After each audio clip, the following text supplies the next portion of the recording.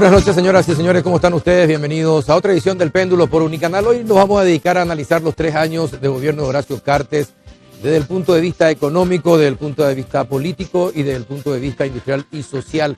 Para ello, invitamos al exministro Manuel Ferreira, que disculpó por un problema familiar de último momento, no va a poder estar. Va a estar con nosotros, sí, Eduardo Felipo, presidente de la OIP, y César Barreto, exministro de Hacienda, economista.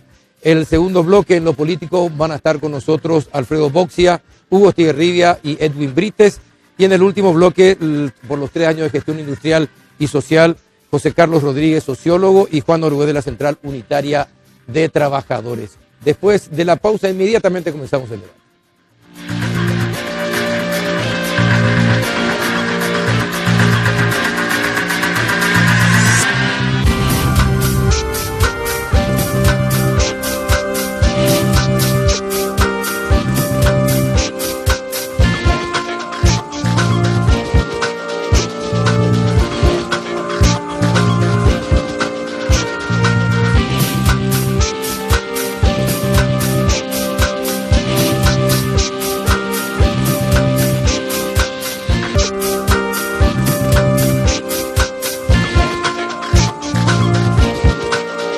¿Qué tal, don César Barreto? ¿Cómo anda? Buenas noches.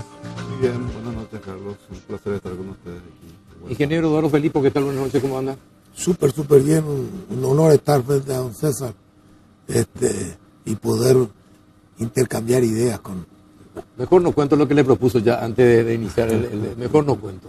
Pero bueno, ¿cómo analiza desde el punto de vista económico estos 3 años de gestión, don César Barreto?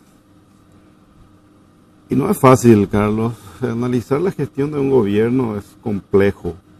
Hay que tomar en cuenta necesariamente la tendencia en la cual venía el país previamente, el contexto en el cual se está gestionando el gobierno, y dentro de todo eso, los objetivos, las expectativas, las restricciones, el presupuesto, todo lo que implica la gestión en sí misma, ¿verdad?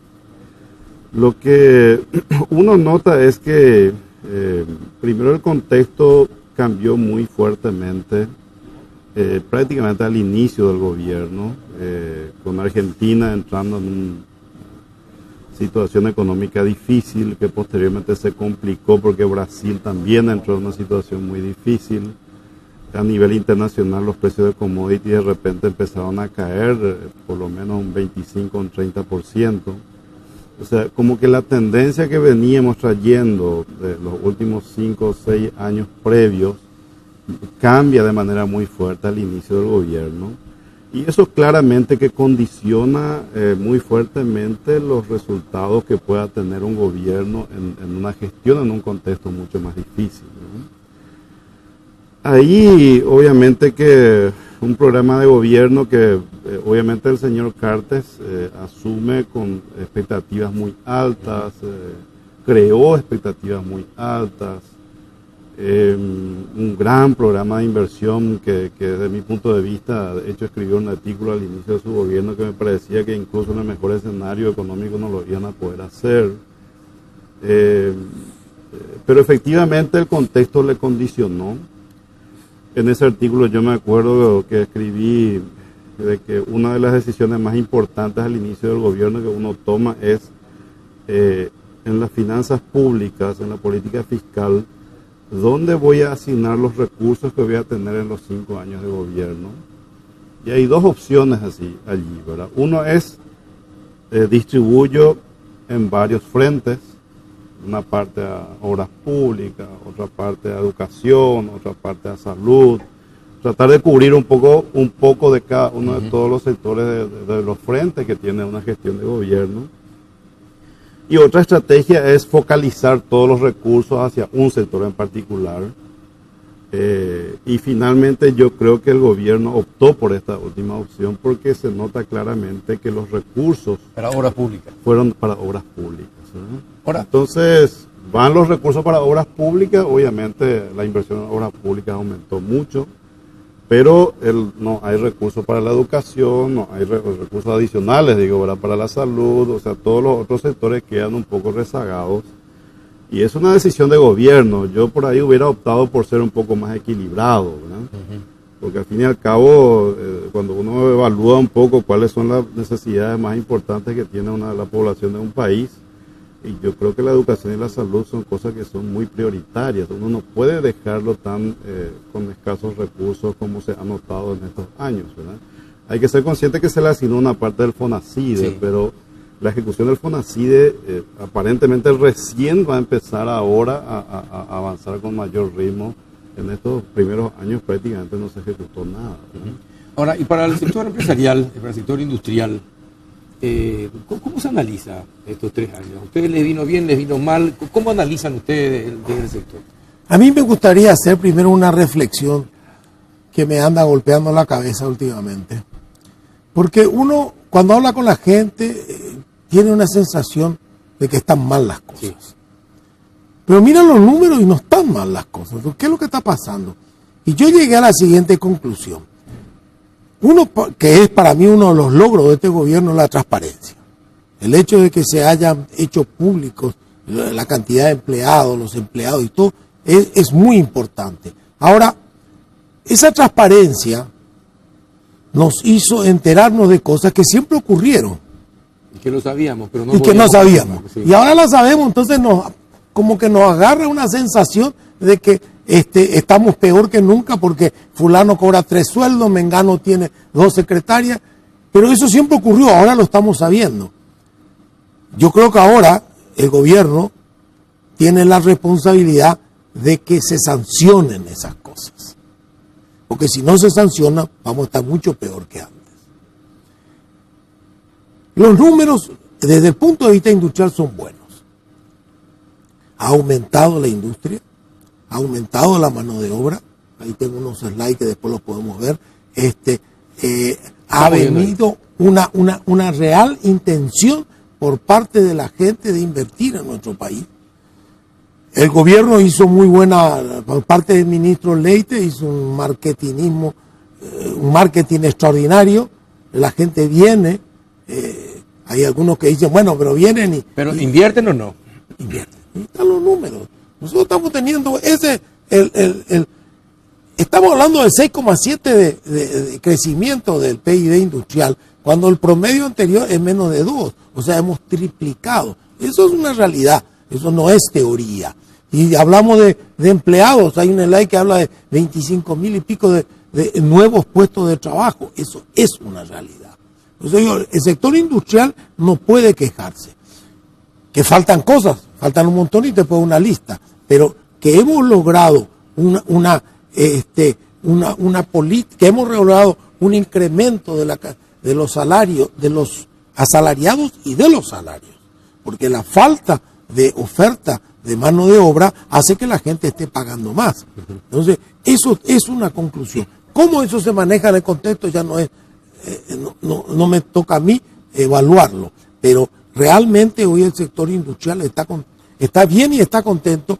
Y ahora se nos está agregando otro factor positivo, se está acabando el contrabando. No porque somos capaces de atajarlo, sino sencillamente porque los precios cambiaron las condiciones. Eso nos vuelve a dar otra vez un respiro y nos vuelve a dar un incremento a la industria que sufría por el comercio. Se va a reactivar sobre todo en frontera. Claro.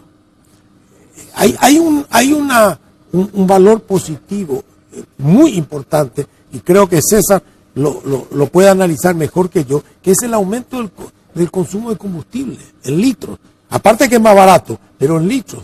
Estamos hablando de 40, 50, 60% más de consumo de combustible, tanto en gasoil como en nafta. Hay más movimiento, hay más plata, porque el combustible no se usa solamente para pasear alrededor de la plaza. Esos son indicadores reales que nosotros estamos evaluando como positivos. Bueno, ¿y por qué tenemos esa percepción de que las cosas no están bien? ¿Por qué se tiene la sensación siempre de que en lo macroeconómico somos unos genios, hemos nivelado el país durante los últimos 15 años aproximadamente, las políticas han sido estables en lo macroeconómico, pero la gente no siente que los recursos le llegan al bolsillo? Al contrario, hoy se siente que cuando uno va al supermercado, por la misma plata de hace 2 meses trae menos cosas. Bueno, lo que pasa es que las mejoras son graduales, Carlos. Es muy difícil de que se pueda dar de un año a otro, o en 2 años, en 3 años, en 10 años, incluso un cambio tan radical. Lo que hace poco el Banco Mundial y las Naciones Unidas sacaron algunas informaciones del incremento que tuvimos en el tamaño de la población en clase media, sí, de los últimos 10, 12 o 15 años, ¿verdad? Entonces, en 15 años vos notás un cambio importante. Del 26 al 52%, ¿verdad? Prácticamente creció la clase media. Es un cambio importante, ¿verdad? Ahora, si uno está en la clase media, lo que vemos es de que es una clase media todavía vulnerable, o sea, la gente tiene expectativas más altas, ¿verdad? Pero esos cambios no se pueden dar en el corto plazo. Yo uso siempre el ejemplo de China, ¿verdad? Que es un país que está creciendo a un ritmo muy rápido ya en los últimos 40 años, ¿verdad? Imagínate que ellos en 40 años han pasado de un nivel de ingreso paupérrimo a un nivel de ingreso que es un poquito más alto que el nuestro nomás en este momento. Y han quitado a más de 400 millones de personas de la pobreza. De la pobreza, que pasaron a la clase media, también sí, una clase media vulnerable, ¿verdad? Entonces, estos cambios se notan a través de periodos prolongados de tiempo. Yo sé que la gente no tiene paciencia, ninguno de nosotros tiene paciencia, pero no hay forma de que una persona, un gobierno, pueda resolver los problemas de manera muy drástica de un periodo a otro. Pero entonces nosotros nos manejamos mal, es decir, estamos dando a entender de que en realidad estamos peor de lo que estamos. Bueno, decir, nos está informando bien, hay intereses políticos que están... Hay un componente psicológico que es muy grande. Porque yo he enfrentado a compañeros que vienen y dicen, no, estamos tan mal, dame tu número, vamos a mirar tus números, mostrame cuál es la facturación. Pero esto no, estamos casi igual que, y estamos a lo mejor un poco peor que hace 2 años atrás, pero estás mucho mejor que hace 5 años atrás. O sea, el factor psicológico es el que se expresa. Los títulos de los diarios nunca ayudan, porque desde luego son así. Entonces eso crea una sensación, pero la cantidad el aumento de la clase media se lo ve en la cantidad de restaurantes que hay en Asunción y están siempre llenos. Y vuelvo a repetir el ejemplo de la nafta, para mí es el mejor termómetro. Si la gente consume más nafta y más gasoil, es que sencillamente hay más plata para consumirlo, porque no es que solo se fue al transporte, la nafta no es para el transporte de mercadería. Bueno, ahora convengamos que... Ahora, lo que sí hay que ser consciente es que el contexto internacional en los últimos 3 años ha sido muy difícil y a nosotros nos ha pegado durísimo desde mediados del año pasado, cuando Brasil entró en una situación muy de recesión muy profunda. Nos afectó el segundo semestre del año pasado muy fuerte, el primer semestre de este año muy fuerte. Recién ahora se está notando cierto inicio de dinamismo nuevamente, especialmente en la actividad de frontera, ¿verdad? Que empezó en la frontera con Argentina. Encarnación está hoy en un paraíso. Una de las partes del aumento de la venta de combustible es argentinos que vienen a comprar en la frontera, ¿verdad? Según los comerciantes de Ciudad del Este... Entonces eso cambia la percepción que del ingeniero. Si son los argentinos los que seguramente ha de ser una parte, la situación mejor en Paraguay. Es una parte. El aumento mayor en gasoil del 50%, en la Argentina no existen autos a gasoil. Es realmente combustible que se consumió en el país y se gastó en el país. Y los comerciantes de Ciudad del Este en estos últimos días han dicho de que a partir del mes de julio aproximadamente empezaron de vuelta a venir los brasileños a comprar, aparentemente por el hecho de que el real se fortaleció de vuelta frente al dólar en los últimos 90 días. Hizo de que el poder de compra de los brasileños de vuelta mejore y vienen de vuelta a comprar en Ciudad del Este. Entonces, esos son cambios importantes que van a ayudar seguramente en los próximos meses. Es muy difícil todavía de poder precisar hoy exactamente en cuánto va a impactar en todo el año ya, pero son indicadores que son positivos y venimos saliendo. Es probable que el pozo lo hayamos tenido entre enero, febrero, marzo de este año, y a partir de ahí se notó una leve recuperación, primero en la construcción, porque las obras públicas se reactivaron más o menos allá por el mes de abril, y últimamente con la entrada de los turistas brasileños y argentinos que están comprando de vuelta. Son cosas positivas. Ahora, el tema de las tarjetas también. De todas maneras, vamos a crecer alrededor del 3%, un poquito más, un poquito menos, ¿verdad? En todos estos 3 años, ¿no? por el golpe que hemos recibido fuerte del resto del mundo, ¿verdad? El tema de las tarjetas impactó fuertemente octubre, noviembre, diciembre, hasta el mes de mayo, junio más o menos fue muy fuerte. Probablemente eso se estabilice hacia fines de este año a un nivel diferente, menor, qué sé yo, pero es probable que a partir de ahí siga de vuelta en un modelo distinto, pero de vuelta creciendo hacia el futuro. Pero de vuelta repito, no son los mejores años los que tenemos, ¿verdad? Entonces hay que evaluar la gestión de este gobierno o de quien sea. O sea, yo no estoy hablando de Cartes, de cualquiera que haya estado en este periodo, le hubiera sido muy complicado enfrentar la situación que se le presentó. Si usted tuviera que calificar del 1 al 10, ¿qué nota le daría en estos 3 años en lo económico? Mira, yo no veo que este gobierno haya sido mucho mejor en la gestión económica de los anteriores. De hecho, la gestión económica se ha mantenido consistentemente desde el gobierno de Nicanor, el gobierno de Lugo, y este gobierno ha mantenido prácticamente las mismas políticas económicas, ¿verdad? Yo no veo mucha diferencia. Si yo le tengo que calificar, no sé, le califico con un 6, ¿verdad? Con un 6. Que yo creo que es una gestión buena, ¿verdad? No es una gestión mala, es una gestión buena. Ahora, falta mucho para que sea una gestión muy buena, porque el país necesita muchas cosas que dependen mucho de la gestión pública, y la gestión pública necesita mucha mejora.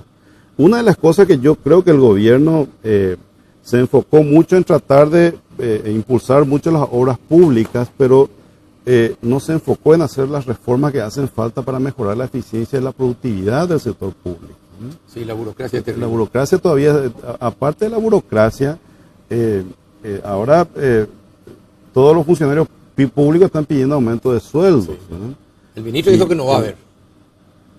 Yo espero que no, pero hay que pasar al Congreso. En el Congreso toman decisiones de manera autónoma. Y por más que el ministro de Hacienda no quiera, el Congreso decidirá seguramente qué es lo que va a tomar al respecto de los salarios de los funcionarios, ¿no? Pero en ese contexto, yo creo que la gestión es relativamente buena. ¿Usted ingeniero, cuánto le calificaría al gobierno? Con respecto al sector industrial, le podría poner hasta un 8. Ahora, en el promedio general coincido con él, ¿no es cierto? Solamente el sector industrial no soluciona los problemas del país, ¿no es cierto? Ahora, en cuanto a las recaudaciones, ¿qué calificación le darían? Porque hoy hay una diferencia entre el director de aduanas y el ministro de Hacienda y el sector económico. Entonces, ¿a qué se debe esa situación de la disminución de los ingresos aduaneros con la expectativa que tiene el propio ministro de Hacienda? Yo la verdad que el tema de la aduana no podría explicarlo. Recuerdo que muchas veces las estadísticas se llevan en guaraníes y el valor dólar distorsiona un poco porque las importaciones son en dólares. Pero es muy difícil saber ahí. La recaudación por parte de impuestos está mejorando, falta mucho todavía por hacer, pero se está mejorando. Esas reformas a las que se refirió César son las importantes que no se han encarado y que ya no se van a encarar porque las reformas las se hacen en el primer año de gobierno, no se hace y nosotros seguimos pendientes de eso. La falta de gestión por parte de todo el sistema público es nuestro principal problema. Es deficiente, independientemente de la cantidad de empleados que haya más o menos, pero la gestión es deficiente porque no se cambian los sistemas. Para sacar una resolución tienen que firmar 10, 12 personas y cosas por el estilo. Entonces, esa gestión impide que lo que yo calculo que hizo el gobierno de entrada cuando, muy bien como lo explicó César, me concentro en las obras públicas, porque las obras públicas me va a dar un Pero giro. las obras públicas tampoco, tampoco han tenido rápido. El aceleramiento que deberían desde el principio. Es decir, hoy el Ministerio de Obras se vanagloria de tener una inversión de 1.500 millones de dólares, pero ¿dónde están las obras? Bueno, yo, Son 3 años, pero ¿dónde están las obras? Los números reflejan eso. Yo veo los números y efectivamente las inversiones están alrededor de los 500 millones de dólares por año, ¿verdad? Ahora, a mí me preocupa incluso los planes que manejan en obras públicas de inversión son muy altos para la capacidad financiera que tiene el Estado paraguayo para ejecutar en el corto plazo. A mí me preocupa el ritmo de endeudamiento, lo he manifestado en varias oportunidades. A mí me preocupa el déficit fiscal, que es creciente, lo he manifestado en varias oportunidades. Me preocupa la ley 5074, que es una ley que perfora fuertemente el principio de equilibrio de las finanzas públicas, y la ley de responsabilidad fiscal, de hecho. Que no se respeta.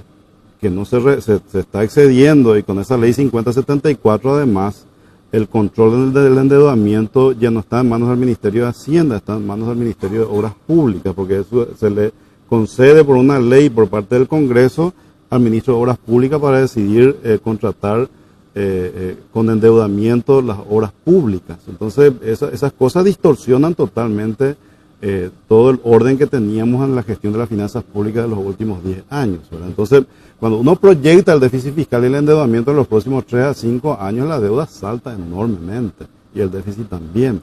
Entonces, eso es preocupante.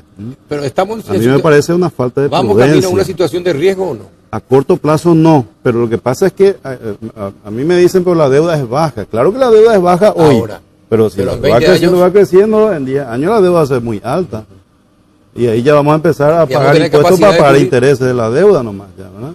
O preguntarle al Brasil, 7% del PIB solamente de impuestos para pagar deuda, intereses de la deuda pública, y si ya para amortizar, solo para intereses de la deuda pública. Entonces hay que tener cuidado con esto, ¿verdad? Entonces yo creo que desde mi punto de vista la ley 5074 tiene que ser derogada. Esa ley no puede existir. La única forma de que no ocurra el riesgo del que está hablando César es que tengamos mayor producción. Porque ahí sí, al haber más producción, hay más impuestos y se puede hacer frente a eso. Para eso uno se endeuda para invertir y para producir más. Ahora, como encontramos que hay una falta de capacidad de gestión más rápida, entonces uno puede preocuparse. Pero también están las coyunturas. Y las coyunturas pueden ayudar o no a eso. Hoy nosotros estamos en un medio totalmente, en una coyuntura muy diferente, que si uno hace 5 o 6 años atrás le preguntaba a la persona mucho mejor dotada en estudios, nunca la hubiera imaginado. También tenemos elementos nuevos, la maquila. La ley de maquila tiene más de 20 años y nunca se usó. No es que no se usó porque no había ningún vivo que sabía usarla. No se usó porque las condiciones no se daban. Y hoy se dan las condiciones. Y siguen viniendo gente con interés en invertir en maquila. Ayer estuvimos en Ciudad del Este en una planta tremenda, grande. Era la planta que estaba en el Brasil y la mudaron acá para hacer plástico, juguetes y todo lo demás. Eso cambia. Eso en 2 años, desde el día que el señor decidió venirse a hoy que está facturando, cambia y dan esos números extraordinarios que son los números que está dando la maquila. Claro, yo sé que la maquila paga poco impuesto. Sí, sí. Eso no somos inocentes al pensar eso. Claro. Pero también sé que hay 20.000 personas o 15.000 personas que trajeron, que están ganando sueldo. Normalmente todas las empresas maquiladoras son formales, pagan impuestos, pagan salarios como corresponden, están en IPS, o sea, eso alimenta el sistema económico, que es lo que yo por lo menos tengo la esperanza que permita que crezcamos lo suficiente como para poder hacer frente a una deuda mayor y las coyunturas de los países, o sea, la coyuntura debido a la situación de los países vecinos no cambian en un año. Tenemos 5, 6, 7, 8 años. Los argentinos tienen muy buenas las ideas, pero prueba aquí y le salta el fusible. Prueba aquí y le salta el fusible. Están todavía buscando qué es lo que van a hacer para poder llevar adelante. Y esta es nuestra época, nuestro momento de aprovechar y de crecer para poder estar fuertes cuando las cosas no sean tan fáciles. Finalmente, ¿qué debe hacer el gobierno en los próximos 2 años? Magia. A ver, yo creo que no es mucho más lo que puede hacer ya de aquí en adelante. En términos de reforma, que es donde nosotros insistimos que hay que avanzar, hay que entender el contexto político. Yo creo que el contexto político nos da para hacer reformas. Entonces, yo creo que lo mejor que pueden hacer es continuar mejorando la gestión dentro de lo que es factible con los instrumentos que tiene el propio Poder Ejecutivo. Ahora, yo lo único que le pediría es, por favor, tengan cuidado con el déficit fiscal y tengan cuidado con el endeudamiento, porque eso es algo que es una herencia que van a dejar hacia los próximos gobiernos que es muy, muy peligroso. Perfecto. Eso es lo que yo le pediría. Perfecto, gracias, don César. Finalmente, ingeniero. Yo voy a ser más pretencioso. Yo le voy a pedir al gobierno que continúe haciendo abstracción del problema político. Que nos olvidemos del tema de reelección, que nos olvidemos de todo eso y que continúe dirigiendo el país como lo viene dirigiendo y que deje que el sistema político vaya por su lado, porque si no, hay mucha distracción. Estamos hablando de falta de gestión y no puede ser. Yo no creo que el presidente pueda gestionar la parte política y pueda estar encima de la gestión que todavía no es suficiente por parte del gobierno. Perfecto, ingeniero, muchísimas gracias, don César. Muchas gracias por compartir el espacio. A la vuelta de la pausa vamos a analizar la gestión política de Horacio Cartes en sus 3 años de gobierno. Ya volvemos.